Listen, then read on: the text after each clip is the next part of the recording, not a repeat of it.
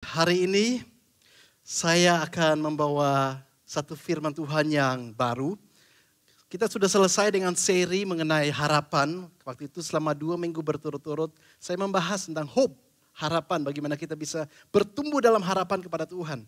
Dan hari ini tetap saya mau bicara mengenai salah satu nabi besar. Waktu itu kita bahas tentang Yeremia dan ratapan.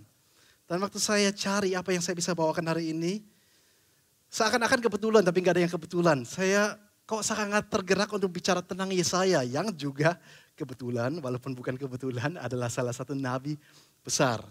Jadi coba kita boleh melihat bacaan untuk hari ini. Yesaya 60 ayat 1 sampai 5. Begini firman Tuhan. Dalam tahun matinya Raja Uzia, aku melihat Tuhan duduk di atas tahta yang tinggi dan menjulang. Dan ujung jubahnya memenuhi bait suci. Para serafim berdiri di sebelah atasnya, masing-masing mempunyai 6 sayap. 2 sayap dipakai untuk menutup muka mereka, 2 sayap dipakai untuk menutupi kaki mereka, dan 2 sayap untuk melayang-layang. Ayat 3. Dan mereka berseru seorang kepada yang lain, katanya, Kudus, kudus, kuduslah Tuhan semesta alam. Seluruh bumi penuh kemuliaannya. Maka bergoyanglah alas ambang pintu disebabkan suara orang yang berseru itu. Dan rumah itu pun penuhlah dengan asap. Lalu kataku, kata siapa? Yesaya, celakalah aku binasa. Judul untuk hari ini adalah After Darkness, Light. Setelah kegelapan, terang. Coba ya supaya kita nggak lupa. Kita boleh baca yang bahasa Indonesia bersama. 1, 2, 3. Setelah kegelapan, terang. Mari sekali lagi kita berdoa. Tuhan, kita bersyukur untuk firman Tuhan yang akan memberikan kekuatan kepada kita semua. Yang menjadi kehidupan, bahkan selalu menuntun. Dan bantu kami mengerti apa yang menjadi isi hati Tuhan hari ini. Supaya kita adalah orang-orang yang bukan hanya mengalami terang di tengah-tengah kegelapan. Bahkan kita menjadi sumber terang bagi banyak orang lain di luar sana. Ini doa kami. Di dalam nama Yesusmu katakan, amin. Europe dalam ratusan tahun terakhir sebenarnya terkenal sebagai satu negara yang membawa terang Injil ke seluruh bangsa. Dari Europe, entah itu Inggris, entah itu Jerman, entah itu negara-negara lain. Banyak sekali dalam ratusan tahun terakhir Tuhan mengambil seorang hamba Tuhan yang berangkat ke Asia, yang berangkat ke Afrika, yang berangkat kemana-mana untuk memberitakan terang Tuhan. Untuk memberitakan Injil. Ada banyak orang yang membawa api sampai kemana-mana. Bahkan saya yakin kalau saya sebut beberapa nama yang berbunyi asing, Anda kenal. Misalnya William Booth. Itu seorang yang mendirikan Salvation Army, yang akhirnya membawa itu ada di seluruh dunia. Bukan cuma gereja, bahkan rumah sakit di mana-mana. Untuk membantu orang-orang melihat terang nyata, bukan cuma disampaikan dengan perkataan. Dan itu baru satu dari begitu banyak nama. Jadi dalam waktu-waktu terakhir, Europe identik dengan yang membawa api, yang membawa terang Injil kemana-mana. Tapi tahukah Anda keadaan Europe hari ini? Dan saya sendiri bisa melihatnya karena saya besar di sana, saya besar di Jerman, Anda sudah tahu. Hari ini Jerman menjadi negara yang sangat ateis. Mungkin orang katakan Jerman negara Kristen. Ya benar kalau secara KTP Kristen. Mungkin semua waktu lahir ya mungkin KTP-nya Kristen. Tapi di dalam hati ateis. Bahkan survei membuktikan hari ini bagian di seluruh dunia yang paling ateis. Yang paling gak percaya Tuhan adalah Jerman Timur. Jerman Timur. Mungkin Anda bilang, loh kan ada negara lain yang lebih banyak orang yang gak sembah Tuhan kita.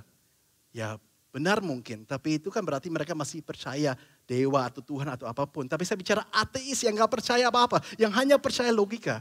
Survei membuktikan hari ini Jerman Timur dan mulai ke timur lagi ke arah Europe, itu bagian yang paling ateis di seluruh dunia. Dulu yang harusnya mereka membawa api kemana-mana, justru hari ini sangat dibutuhkan. Banyak orang dari negara manapun termasuk Asia harus datang ke Europe untuk membawa api kembali.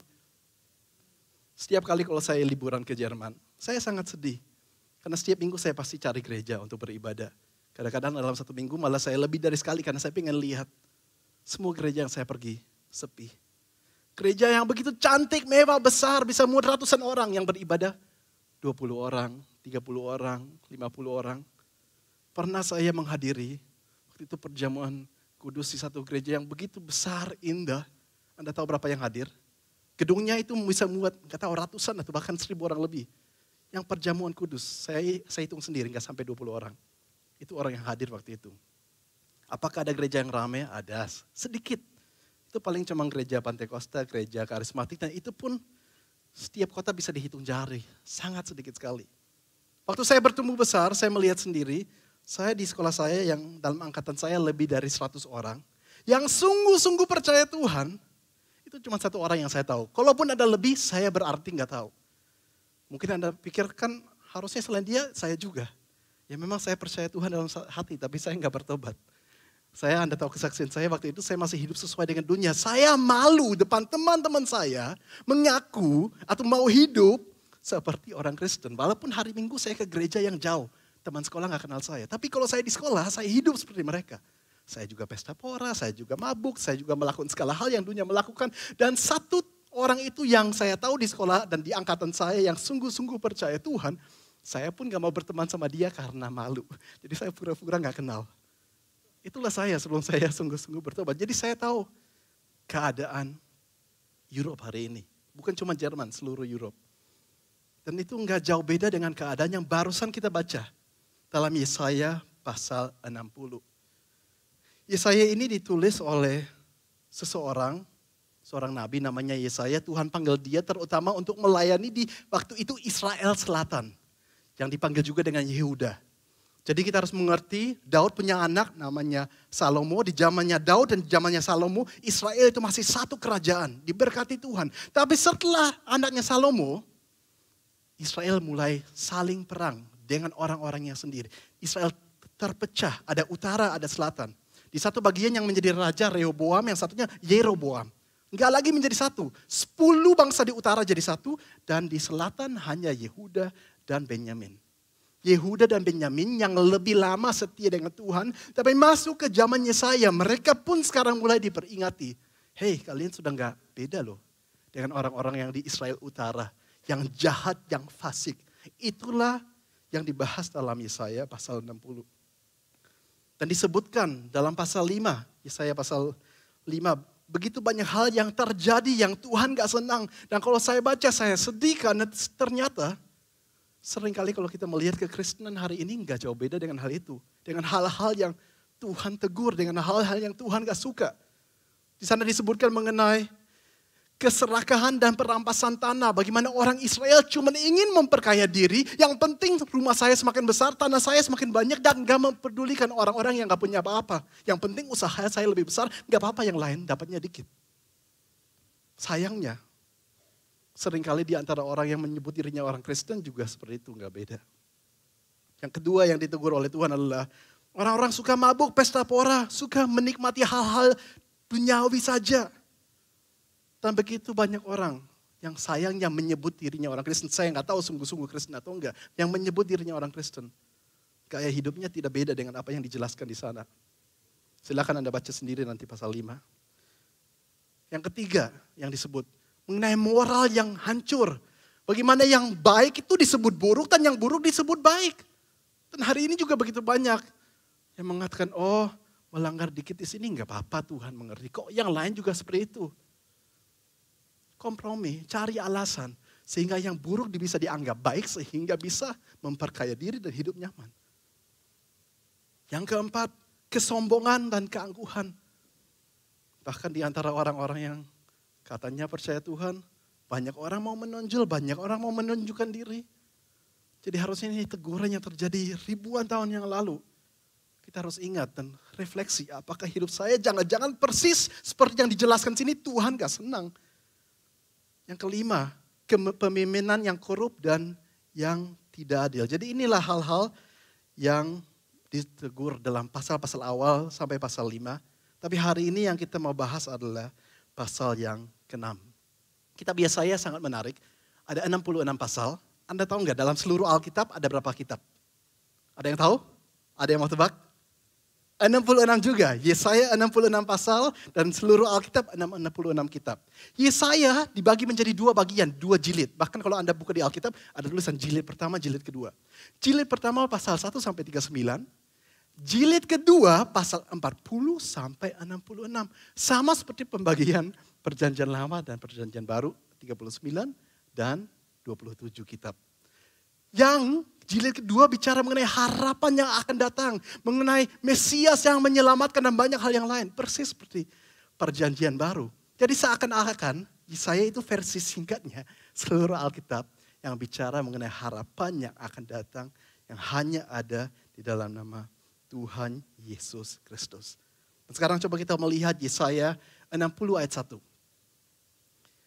Dalam tahun matinya Raja Uzia, aku melihat Tuhan duduk di atas takhta yang tinggi dan menjulang dan ujung jubahnya memenuhi bait suci. Ada apa dengan Uzia sampai namanya disebut? Jadi bukan AADC, ini adalah AADU. Ada apa dengan Uzia? Namanya harus disebut.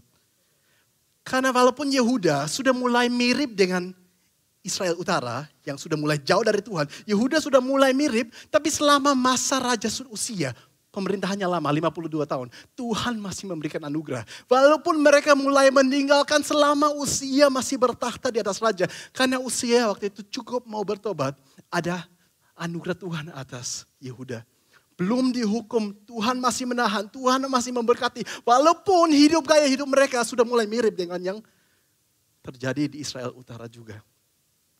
Tapi akhirnya yang terjadi, Uzia pun melakukan hal-hal yang Tuhan gak suka. Tuhan mencabut nyawanya. Waktunya berhenti.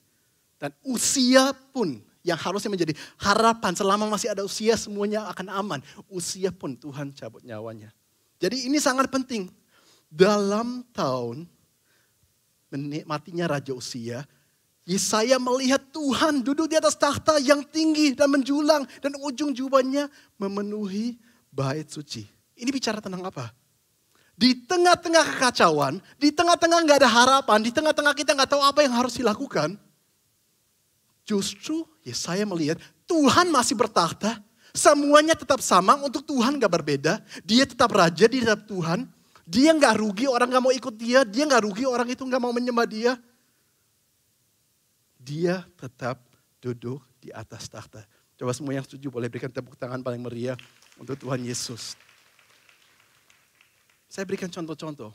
Sampai hari ini pun ada beberapa hal yang kita heran, tapi kita harus tahu Tuhan tetap bertakhta. Ada beberapa negara di dunia ini yang benar-benar dilarang keras. Gak boleh beribadah kepada Tuhan Yesus. Anda tahu, Anda silakan bisa cek sendiri di Google dan dimanapun. Saat ini, negara yang kekristenan paling cepat berkembang, negara apa? Anda tahu? Di negara di mana dilarang beribadah kepada Kristus. Iran. Iran hari ini adalah negara di mana gak ada penginjil bisa masuk karena dilarang. Gak ada hamba Tuhan bisa masuk, paling banyak pertobatan. Karena kenapa? Tuhan justru mau perlihatkan, apapun aturan saya tetap bertakhta. Dia memberikan penglihatan kepada begitu banyak bapak-bapak dan istri-istri. Boleh ya tepuk tangan untuk Tuhan. Ayahnya bangun, istrinya bangun. Istrinya kadang-kadang dapat duluan penglihatan, tapi gak berani ngomong karena di negara itu kan bahaya. Tapi waktu suaminya sudah bilang, saya kok dapat penglihatan gini? Istrinya bilang, saya juga. Dan akhirnya seluruh keluarga mereka datang kepada Tuhan. Dan itu terjadi dalam jumlah ribuan dan ribuan. Apapun terjadi, apapun aturan, walaupun kelihatan semua gak masuk akal, Tuhan tetap bertakhta. Ada orang yang mau melawan Tuhan, mau meninggikan diri. Berkali-kali Alkitab mengatakan bahwa seakan-akan seperti Tuhan itu dari surga ketawa. Emang kamu mau melawan, emang kamu mau apa? Tuhan tetap bertakhta di atas segalanya. Ada orang-orang yang dalam kecongkakannya mau menangun menara yang sampai ke langit, mau menyamai Tuhan. Tuhan cuma dalam satu detik, petik jari, kacau balaukan bahasa mereka dan seluruh orang yang ada di Babel itu diserahkan ke seluruh dunia. Mungkin ada dari kita hari ini yang mengalami beban yang begitu berat, kita merasa gak mungkin bisa menanggung dan sudah gak masuk akal gimana saya bisa menghadapi ini. Tapi dia yang bertakhta di atas tahtanya, dia mengatakan segala perkara dapat kamu tanggung di dalam Dia yang memberikan kekuatan kepadamu. Filipi 4 ayat 13. Gak usah khawatir, Tuhan tetap punya cara. Mungkin ada pencobaan lain yang kami alami dan kami gak tahu gimana caranya menyelesaikan, gimana cara jalan keluarnya. Dia yang bertakhta tetap berkata bahwa Ia akan memberikan jalan keluar sehingga kamu dapat menanggungnya. 1 Korintus 10 ayat 13. Dalam begitu banyak janji lainnya, apapun yang hari ini terjadi dalam hidupmu dan hidupku, kita diingatkan oleh Yesaya bahwa Tuhan tetap bertakhta di atas setiap situasi. Coba semua yang setuju tepuk tangan paling meriah untuk Tuhan Yesus Kristus. Nah sekarang setelah mendapat penglihatan yang luar biasa itu tentang kemuliaan Tuhan. Dan by the way, Yesaya waktu itu belum sadar. Karena Tuhan Yesus belum diwahyukan di perjanjian lama. Tapi kalau kita baca di dalam perjanjian baru, Yohanes pasal 12, ayat 38-41, jelas Yesus mengatakan bahwa sebenarnya yang waktu itu Yesaya melihat adalah kemuliaan Tuhan Yesus Kristus sendiri. Memang Yesaya nggak sadar, dia cuma tahu oke, saya melihat kemuliaan Tuhan. Tapi setelah melihat penglihatan yang luar biasa itu, apa respon Yesaya? Apa yang Yesaya lakukan? Apa dia mulai tulis buku? Saya melihat surga. Bukunya dijual kemana-mana dan dia menjadi nabi yang paling kaya raya. Apa itu yang dia lakukan? Apa dia masuk TV dan dia beritakan kemana-mana. Saya ketemu dengan Tuhan dan saya melihat surga. Dan dia menjadi seorang yang sangat terkenal. Bukan. Justru yang dia lakukan kita bisa baca dalam Yesaya 6 ayat 5. Setelah melihat penglihatan. Ini yang Yesaya lakukan dan katakan. Lalu kataku, celakalah aku. Bukan puji Tuhan, saya harus pamerkan ini kemana-mana. Orang-orang harus tahu Tuhan pilih saya untuk saya bisa lihat hal yang hebat. Saya lebih keren daripada orang-orang lain. Nabi manapun kalah, aku lihat Tuhan langsung. Enggak, celakalah aku. Aku binasa, sebab aku ini seorang yang najis bibir. Dan aku tinggal di tengah-tengah bangsa yang najis bibir. Namun mataku telah melihat sang raja yakni Tuhan semesta alam. Yesaya seorang yang najis bibir. Seorang hamba Tuhan yang mulutnya dipakai untuk memberkati dan memberitakan firman kepada orang lain. Dia merasa dia najis bibir. Karena dia bandingkan diri bukan dengan orang lain. Dia bandingkan diri di hadapan Tuhan. Kalau saya berbanding dengan Tuhan, di hadapan Tuhan saya orang yang najis bibir. Mungkin dibanding orang lain saya lebih oke perkataan saya. Dan apa pelajaran yang luar biasa di sini? Jadi anak Tuhan jangan bandingkan diri dengan orang Kristen lainnya. Banyak yang hidupnya gak sesuai apa yang Tuhan mau. Bandingkan diri kita sendiri dengan apa kata firman Tuhan. Gak apa-apa curang sedikit, orang lain juga curang kok. Namanya juga butuh untung. Jangan bandingkan dengan orang lain, apa kata firman Tuhan. Gak apa-apa bercanda jorok sedikit, semua orang juga lakukan itu kok. Jangan bandingkan diri dengan orang lain, apa kata firman Tuhan. Gak apa-apa cinta uang sedikit, tipis-tipis aja. Jangan bandingkan diri dengan Kristen lain. Apa kata firman Tuhan? Baca firman Tuhan rutin dan berdoa dan saat teduh. Gak perlu. Yang penting ke gereja, orang lain juga gitu kok. Jangan bandingkan diri dengan orang lain. Bandingkan diri dengan apa yang kata firman Tuhan. Gak bakal ada terobosan dalam kehidupan kekristenan kita kalau yang kita lakukan hanya membandingkan diri dengan orang lain yang hidupnya mungkin juga gak berkenan. Bandingkan diri dengan firman Tuhan. Kalau enggak pasti yang akan terjadi. Dan mungkin ada beberapa yang merasa, kok hidup ini kerasa hambar? Kenapa hidup ini kok kerasa ada yang kurang? Itu kebaikannya Tuhan. Roh Kudus yang lagi mengusik hati kita. Supaya kita sadar kita harus bertobat. Dan kembali kepada apa yang berkenan kepada Dia. Coba semua yang mau ya, bertobat setiap hari. Berikan tepuk tangan yang paling meriah untuk Tuhan Yesus Kristus. Jadi waktu melihat kemuliaan Tuhan, Yesaya mengatakan celakalah aku. Poin 1 untuk hari ini. Poinnya gak enak, tapi saya ambil persis dari yang ayat ini ya. Poin 1 adalah celakalah. Biar gampang ingat, celakalah. Saya gak katakan kita semua akan celaka, bukan. Tapi ini nanti nyambung ke poin 2 ketiga. Celakalah, kok bisa Yesaya seorang yang dipakai Tuhan justru merasa dia bukan siapa-siapa. Dia orang berdosa dibanding orang lain padahal dia itu mungkin lebih hebat. Jangan pikir, oh karena ini perjanjian lama. Bukan, Anda tahu perjanjian baru? Yang menulis semua mengenai kasih karunia perjanjian baru Paulus. 3 kali dia menyebutkan, dan Anda bisa baca di rumah, 3 kali dia menyebutkan bagaimana dia adalah orang yang hina. Orang yang bukan siapa-siapa. Dan sangat menarik, tulisnya kayak gini. Pertama kali waktu dia masih lebih muda dia bilang, antara semua orang rasul, saya yang paling rendah. Saya yang paling bukan siapa-siapa. Ya mungkin benar, karena dia baru mulai pelayanan. Dibanding rasul-rasul yang sudah selama itu pernah 3,5 tahun dengan Yesus. Tapi majunya semakin lama dia ikut Tuhan, semakin pelayanan berkembang, semakin dia tulis kitab demi kitab, dia mengatakan, bahkan di antara semua orang percaya, saya yang paling hina. Hah? Kamu sekarang yang memimpin orang lain, kamu yang bangun gereja, kamu yang dipakai Tuhan, kamu merasa lebih hina dibanding orang percaya lainnya. Banyak tahun kemudian, akhirnya dia menulis di bagian lain, jangankan antara orang percaya, antara semua orang berdosa pun, saya yang paling berdosa. Paulus yang semakin dekat dengan Tuhan, kok bisa merasa seperti itu? Karena semakin dekat kita dengan Tuhan, semakin kita melihat cahaya terang Tuhan dan firman-Nya, kita semakin sadar kita bukan siapa-siapa. Boleh ya tepuk tangan untuk Tuhan. Bukannya semakin kita sombong, merasa hebat, saya dipakai Tuhan, saya bisa melakukan ABC, pelayanan saya banyak, bukan. Semakin sadar kita bukan siapa-siapa. Itu kalau sebuah ilustrasi supaya kita lebih menangkap adalah bagaimana ini. Kita dapat undangan dari seorang pembesar. Entah dia raja, entah dia itu presiden atau siapapun. Kita dapat undangan. Sekarang kita sudah pakai baju yang bagus dan kita berangkat ke acara itu. Mungkin setelah parkir, di parkiran atau dimanapun, kita jatuh. Kebetulan lampunya lagi mati, parkirannya gelap. Kita jatuh dan kita sudah merasa, oh tadi saya jatuhnya di lutut. Jadi mungkin sini agak kotor, kita giniin ya, biasa. Terus kita lanjut. Sampai akhirnya kita nyampe di istananya, di sana terang banyak lampu. Kita lihat ternyata yang kotor bukan cuma di sini. Kok semuanya kotor ternyata? Saya mau tanya, apakah dia menjadi semakin kotor karena tiba-tiba ada cahaya? Atau dari awalnya sudah kotor, cuma dia gak sadar? Dari awalnya sudah kotor. Semakin orang itu mendekat kepada Tuhan, memang kita dilayakan, kita disucikan ya. Jangan salah mengerti apa yang saya mau sampaikan. Tapi maksud saya begini, kita semakin sadar, kita bukan siapa-siapa. Semakin lama ikut Tuhan, semakin kita sadar. Kalau bukan karena kasih karunia, kalau bukan karena dia, celakalah, gak ada harapan untuk saya. Satu-satunya harapan cuma adalah dia yang menjamah saya. Boleh ya, tepuk tangan untuk Tuhan. Yesaya 6 ayat 6-7.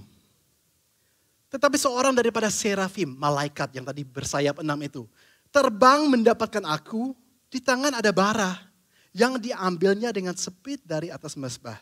Ia menyentuhkan kepada mulutku serta berkata, lihat ini telah menyentuh bibirmu. Tadi bibir yang dikatakan, bibirku najis, celakalah saya. Ini telah menyentuh bibirmu, maka kesalahanmu telah dihapus dan dosamu telah diampuni. Jangan katakan di perjanjian lama gak ada anugerah loh. Ini Yesaya mengalami, dia yang merasa gak layak, dilayakkan dengan satu sentuhan dari Tuhan. Jadi poin kedua untuk hari ini adalah, lihat. Jangan berhenti di celakalah, tanpa Tuhan memang celaka. Tapi lihat, ada harapan kalau dia mau datang menjamah hidup saya. Anda tahu di zaman Yesus masih melayani di dunia ini. Kan dia melayani, walaupun dia 33,5 tahun di dunia ini. Tapi dia melayani dari usia 30 sampai 33,5. 3,5 tahun. Selama 3,5 tahun, siapa pemberita Injil paling hebat, kemungkinan besar, belum tentu tapi kemungkinan besar, selain Yesus sendiri. Jadi waktu Yesus melayani 3,5 tahun, tentunya pemberita Injil paling hebat, dia sendiri. Tapi selain dia ada 2 orang lagi, yang membawa pertobatan besar. Mungkin mereka yang paling banyak membawa pertobatan besar. Anda mau tebak siapa? Ada 1 orang, Yohanes pasal 4, Yesus pergi ke sebuah sumur. Di sana hanya ada seorang perempuan Samaria yang datangnya siang-siang. Karena kenapa siang-siang? Harusnya panas. Karena orang lain gak pergi. Karena dia malu, dia tahu dosanya, dia tahu kekurangannya. Tuhan kasih tahu semuanya. Suamimu ada segini dan segitu dan seterusnya. Dan dia sadar bahwa ini bukan orang biasa. Wanita ini lari ke kotanya dan dia kasih tahu apa yang dia jumpai dan alami. Kota itu keluar, datang kepada Yesus.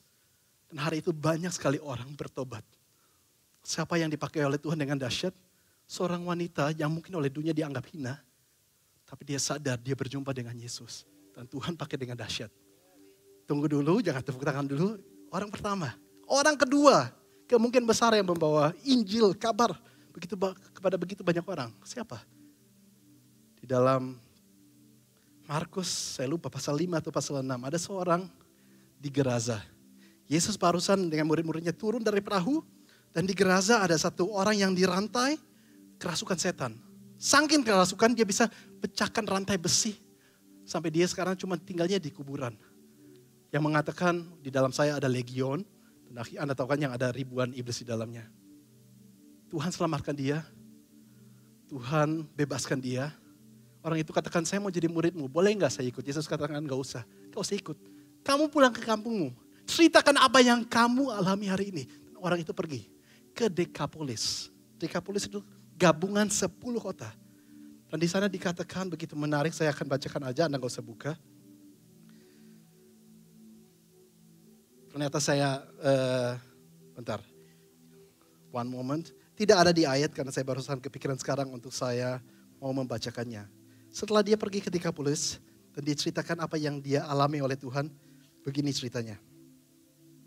Orang itu pun pergilah dan mulai memberitakan di daerah Dekapolis segala apa yang telah diperbuat Yesus atas dirinya. Dan mereka semua menjadi heran. Bukan satu orang, bukan satu desa, bukan satu kota, di 10 kota dia memberitakan. Sekarang bayangkan, 2 orang yang paling dianggap hina oleh masyarakat. 2 orang yang menurut manusia bukan siapa-siapa. Gak usah diperhitungkan. Justru itu adalah orang yang setelah mereka lihat dan berjumpa dengan Tuhan Yesus, begitu dahsyat dipakai oleh dia. Sekarang silakan berikan tepuk tangan paling meriah untuk Tuhan Yesus Kristus. Bukankah itu anugerah? Bukankah itu kasih karunia? Dan mungkin apakah di sini juga hari ini ada yang merasa, saya nggak mampu, saya bukan siapa-siapa, dan saya bahkan gak dianggap oleh orang. Untuk dipakai Tuhan, untuk dicinta Tuhan, kita bukan harus menjadi orang yang dianggap oleh orang lain. Yang penting cuma satu, datang kepada dia, lihat, dia tunggu. Jangan tunda lagi. Dan jangan cuman sebatas kayak, pokoknya saya mau jumpa dengan Tuhan dan saya hidupnya nanti kayak orang Kristen lainnya. Enggak. Jangan peduli apa kata orang Kristen lain, apa dilakukan oleh Kristen lain. Berjumpa dengan dia supaya kita benar-benar diubahkan. Dan lihatlah bagaimana kita yang merasa bukan siapa-siapa. Justru orang yang merasa bukan siapa-siapa yang akan dipakai oleh Tuhan. Orang yang merasa siapa-siapa, orang yang merasa hebat. Apakah Tuhan bisa pakai? Bisa. Buktinya banyak. Tapi cuma sebatas. Karena akhirnya dia akan sombong. Akhirnya dia akan cuma menunjukkan kepada coba lihat, coba lihat, coba lihat. Yang seharusnya coba lihat, coba lihat, coba lihat. Kalau hari ini kita merasa bukan siapa-siapa, enggak apa-apa, berita baik. Asal kita lihat Tuhan Yesus, kita berjumpa dengan dia, hal yang luar biasa akan terjadi. Ayat terakhir Yesaya 6, ayat 8-9. Lalu aku mendengar suara Tuhan berkata, siapakah yang akan kuutus? Dan siapakah yang akan pergi untuk aku? Maka sahutku, ini aku, utuslah aku. Kemudian firman-Nya, pergilah. Poin ketiga untuk hari ini adalah pergilah. Boleh kita baca dari poin 1, 2-3 bersama. 1, 2, 3, celakalah, lihat, pergilah. Memang tanpa dia celaka. Tanpa dia gak ada harapan, 1% pun tidak. Tapi kalau kita berjumpa, kita lihat Yesus yang begitu luar biasa. Dan dia menyentuh kita.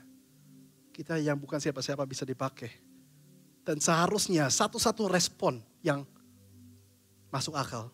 Satu-satu respon yang harusnya kita lakukan. Kalau sungguh Anda dan saya berjumpa dengan Tuhan. Kalau sungguh itu sudah terjadi. Gak mungkin kita menahan untuk gak mau pergi. Kalau kita belas sama sekali gak mau pergi. Kita diselamatkan, keluarga kita diselamatkan. Tapi orang di luar masih dalam kegelapan. Orang di luar tetangga kita semuanya gak percaya. Gak apa-apa, yang penting saya jumpa dengan Tuhan. Saya meragukan. Saya gak bilang gak mungkin, tapi saya meragukan. Apakah kita sudah sungguh-sungguh dijam oleh Tuhan? Mana mungkin kita gak punya belas kasihan untuk mereka yang akan binasa. Kalau kita sudah berjumpa dengan kebaikan yang terlalu besar itu. Seperti perempuan Samaria yang walaupun merasa orang hina, jumpa dengan Yesus gak bisa untuk gak lari. Beritakan kepada desanya dan kotanya. Orang yang di Gerasa mengalami Yesus sudah membebaskan dia. Gak bisa untuk dia gak berangkat ke 10 kota untuk ceritakan kebaikan dan keluar biasa Tuhan. Kalau sungguh Anda dan saya hari ini jamaah, saya yakin ada satu respon. Sama seperti Yesaya yang ada dalam hati kita. Tuhan, saya mau pergi. Saya mau jadi saksi. Paling enggak saya mau cerita ke keluarga, mungkin ke tetangga atau ke siapapun. Saya tahu seringkali adalah kita gak berani. Kita takut. Mungkin sejujurnya sebenarnya kita ingin, tapi rasa gak beraninya lebih kuat. Minta Tuhan jamah lebih lagi. Beribadah dengan Tuhan lebih lagi. Kalau kita dalam hadiratnya, kita berdoa, kita baca firman-Nya, percayalah Tuhan akan ubahkan hati kita. Bahkan keberanian pun Dia akan berikan untuk kita berangkat. Boleh tepuk tangan paling meriah untuk Tuhan Yesus Kristus. Saya baru kemarin melihat sebuah video singkat, gak sampai 5 menit di YouTube. Mengenai seorang hamba Tuhan, dia tinggal di Peru. Dan di Peru itu di Amerika Selatan, negara yang tidak kaya. Tapi puji Tuhan karena dia hidup di ibu kota namanya Lima. Dia katakan hidup saya cukup nyaman, comfortable, enak. Tapi saya pernah diajak teman saya berapa kali ke sebuah desa. Bahkan ke beberapa desa. Saya liburan ke sana. Dan saya melihat di desa-desa itu satu pun hamba Tuhan gak ada. Sedangkan saya ini melayani di kota semuanya enak, nyaman. Secara uang dan semuanya cukup. Dan saya punya keluarga. Tapi karena tetap Roh Kudus mengusik hatinya. Dia merasa di sini sudah cukup banyak hamba Tuhan. Saya pergi ke tempat yang gak enak karena mereka juga harus dengar Injil. Dia berangkat ke desa-desa. Dan dia mulai menjalani hidup. Ya kalau mau dibilang secara finansial, jauh lebih rendah. Secara kenyamanan, jauh lebih rendah. Tetapi soal damai, sejahtera, sukacita di dalam Tuhan, gak bisa dibandingkan dengan sebelumnya. Karena kalau kita pergi, di mana Tuhan berikan kita beban untuk pergi, percayalah itu hidup yang terbaik. Boleh gak kita berikan tepuk tangan yang paling meriah untuk Tuhan Yesus? Mungkin ada tugas bagimu hari ini. Dan kita pikir ini gak nyaman, ini gak enak. Mari kita tahun ini semakin connect dengan Tuhan. Maka Dia akan menjamah hati kita lebih dan lebih lagi. Dia memberikan dorongan dan keberanian lebih dan lebih lagi. Saya akan merangkum apa yang sudah kita belajar hari ini. Dalam cuma satu sesi sebenarnya kalau dihotbahkan mengenai Yesaya pasal 6 apalagi. Ini mau 3-4 khotbah pun gak selesai. Nah, kita bahkan baru cuma bisa membahas beberapa ayat. Tapi ada pelajaran luar biasa di sini. Yes, kita akan ulangi lagi poin 1 sampai 3-nya. Yang pertama, celakalah. Yesaya, dan saya harap Anda dan saya kita semua juga. Semakin berjumpa dengan Tuhan, kita semakin sadar celakalah. Saya bukan siapa-siapa, saya bukan orang hebat ternyata. Gak ada yang saya bisa banggakan ternyata. Kalau bukan karena Dia, celaka. Kalau bukan karena Dia. Tapi puji Tuhan pada saat kita melihat Dia, kita berjumpa dengan Dia. Anda dan saya kita connect dengan Dia. Bukan cuma hari Minggu di gereja, kurang. Setiap hari, apalagi kalau Anda itu kepala keluarga. Buatlah juga waktu supaya keluarga Anda setiap hari bisa connect dengan Tuhan. Bimbing mereka dalam firman, dalam doa. Supaya mereka, anak-anak apalagi, bukan cuma dicemari oleh dunia setiap hari di sekolah. Dengan begitu banyak nilai yang gak bagus. Gak cukup cuma mereka seminggu sekali ke sekolah minggu ke New Life Kids untuk dengar firman Tuhan. Orang tua harus membimbing anak-anak. Supaya mereka melihat kemuliaan Tuhan yang begitu besar. Yang ketiga, saya yakin kalau kita sungguh jumpa, kita gak dapat menahan untuk pergi. Sehingga yang tadinya ada kegelapan, after darkness, light. Setelah kegelapan ada terang di mana anak Tuhan itu berdiri. Mari kita berdoa. Tuhan, kita bersyukur untuk semua kebaikan-Mu. Kita bersyukur untuk firman yang boleh kita dengar hari ini. Kita diingatkan kita bukan siapa-siapa, tapi justru itu hal yang baik. Karena sekarang kita bisa bersandar kepada Engkau yang memimpin, yang memberi kekuatan. Hari ini bukannya aku lagi, melainkan Kristus di dalamku. Tapi bila kita semakin berjumpa dengan Tuhan Yesus setiap hari. Dan menjadi orang-orang yang membawa terang Kristus kemana-mana. Ini doa kami di dalam nama Yesus. Mau katakan, amin. Tuhan Yesus memberkati. Anda diberkati.